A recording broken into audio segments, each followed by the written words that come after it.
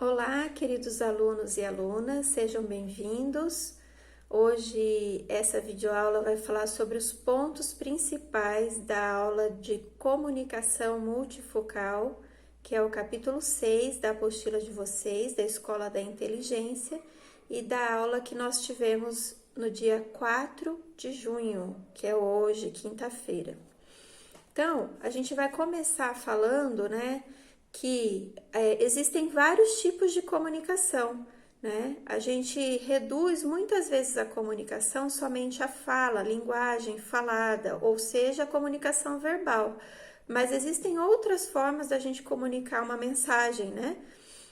Quais seriam essas outras formas? Existe a forma escrita, a forma direta ou a indireta, certo? Direta é mais objetiva, indireta é quando eu tenho uma história, eu conto uma história para poder dar uma mensagem para o outro, né? Oferecer uma mensagem. Existe também a comunicação intra e interpessoal. O que seria, né? A comunicação intrapessoal são as nossas conversas internas, os nossos diálogos internos com os nossos pensamentos, certo? Às vezes a gente conversa com a gente mesmo se julgando mais, às vezes se julgando menos, às vezes julgando as outras pessoas a partir do nosso pensamento. E existe a comunicação intrapessoal, que é quando eu falo com outras pessoas e levo uma mensagem para outras pessoas e escuto das outras pessoas uma mensagem. Existe a linguagem organizacional ou empresarial, por exemplo. O que seria essa linguagem, né? É uma linguagem mais formal, mais padrão. Então, eu não vou poder usar, por exemplo, a linguagem social ou a linguagem que eu escolhi para falar com os meus amigos no ambiente de trabalho. Nem sempre eu vou poder fazer isso, eu vou ter que cuidar, né? Não vou poder usar tantas gírias, não vou poder usar códigos verbais que eu uso com os meus amigos, por exemplo. Com pessoas autoridades, com pessoas mais velhas, essas pessoas podem entender como desrespeito, né? Então, enfim, tem várias formas de eu comunicar algo, várias formas de me comunicar, inclusive a linguagem corporal, né? Eu não sei se já aconteceu com vocês, mas muitas vezes acontece comigo de eu falar algo para alguém, essa pessoa falar que ok, mas o corpo dela me diz que não tá ok.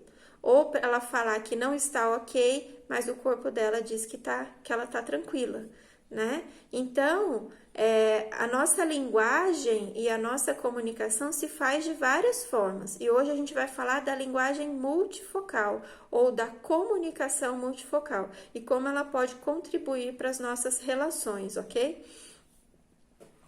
É importante também que a gente saiba que a comunicação ela tem uma função social. Ela tem a função de levar para outras pessoas a minha forma de ver o mundo.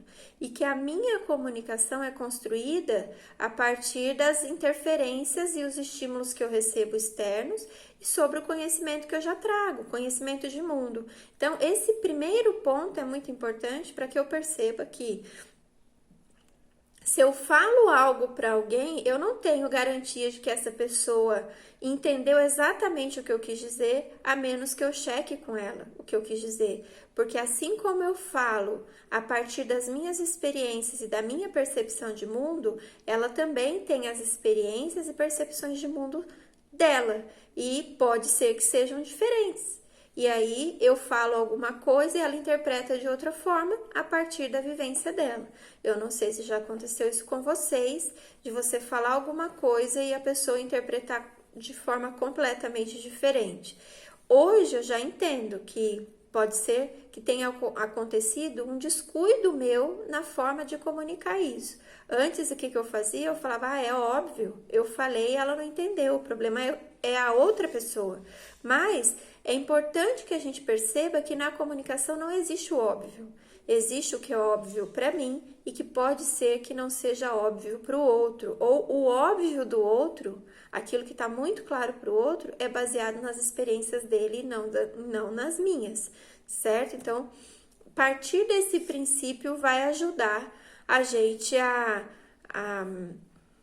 evitar rupturas de relacionamento, né? Pessoas que não se falam mais, conflitos, discussões, agressividade. Pensar nisso, pensar que o outro é um outro universo vai me ajudar a cuidar disso, né? Na página 55 da apostila de vocês, vocês têm aí um esquema que reflete bem os motivos que levam a uma discussão virar uma briga, por exemplo, né? Uma conversa virar uma briga.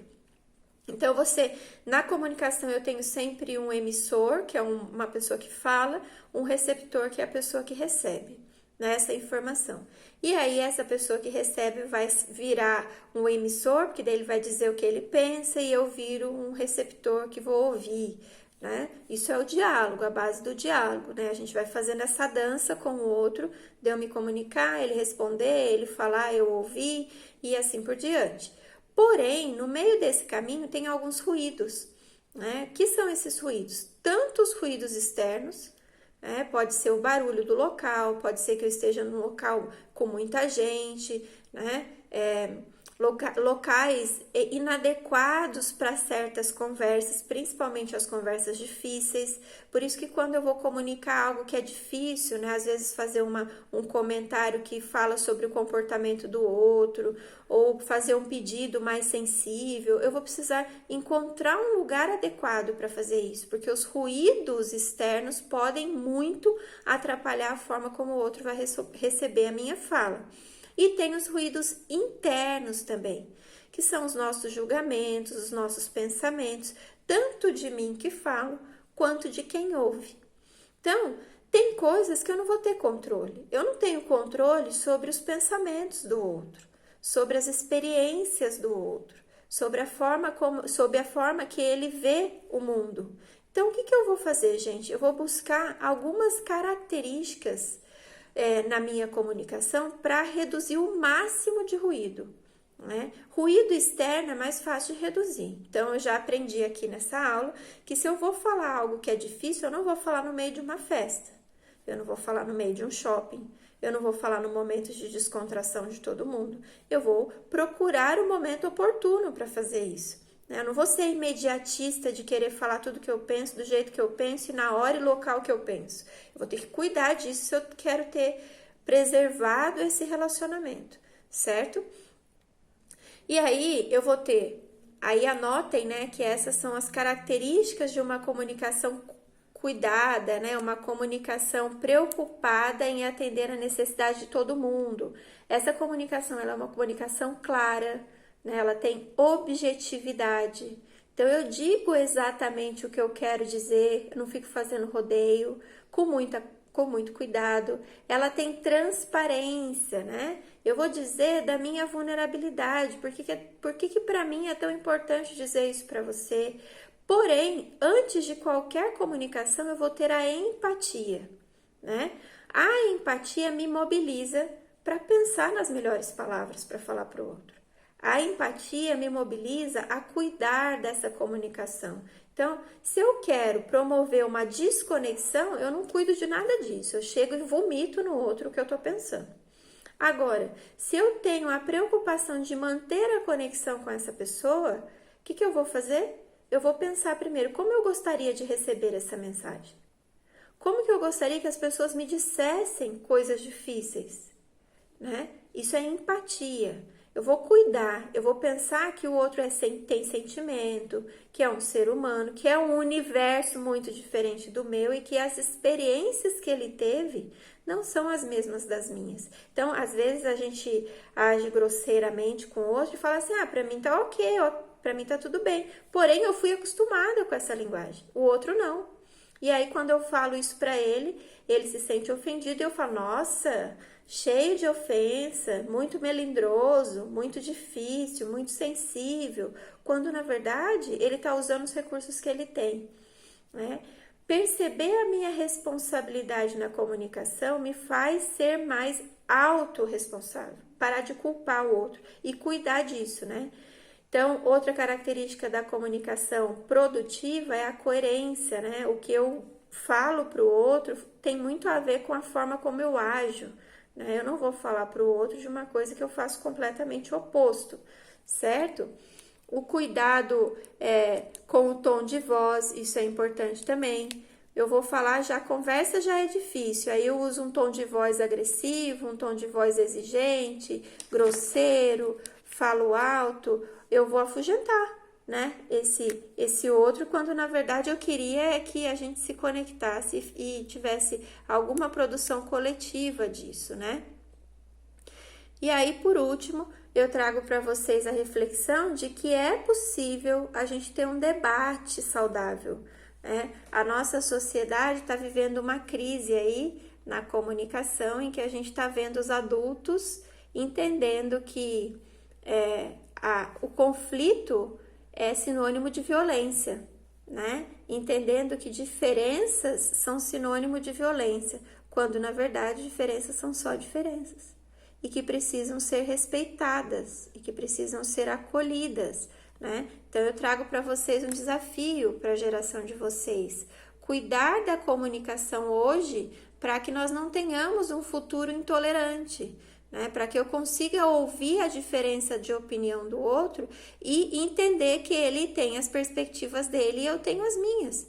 Quando eu faço isso, provavelmente pode ser que aconteça de eu até mudar de opinião, porque eu não vou com a intenção de convencer o outro e também não vou querendo mudar de opinião, mas eu vou aberto para ouvir o que o outro tem a me dizer e eu faço uma análise. Eu vou ver se aquilo que o outro me disse faz sentido para mim, se eu quero para minha vida, se eu quero mudar de ideia, né? Ou não, se ainda assim você permanece com a sua ideia, mas isso aproxima as pessoas, né? O conflito saudável é aquele que aproxima, não aquele que é sinônimo de violência.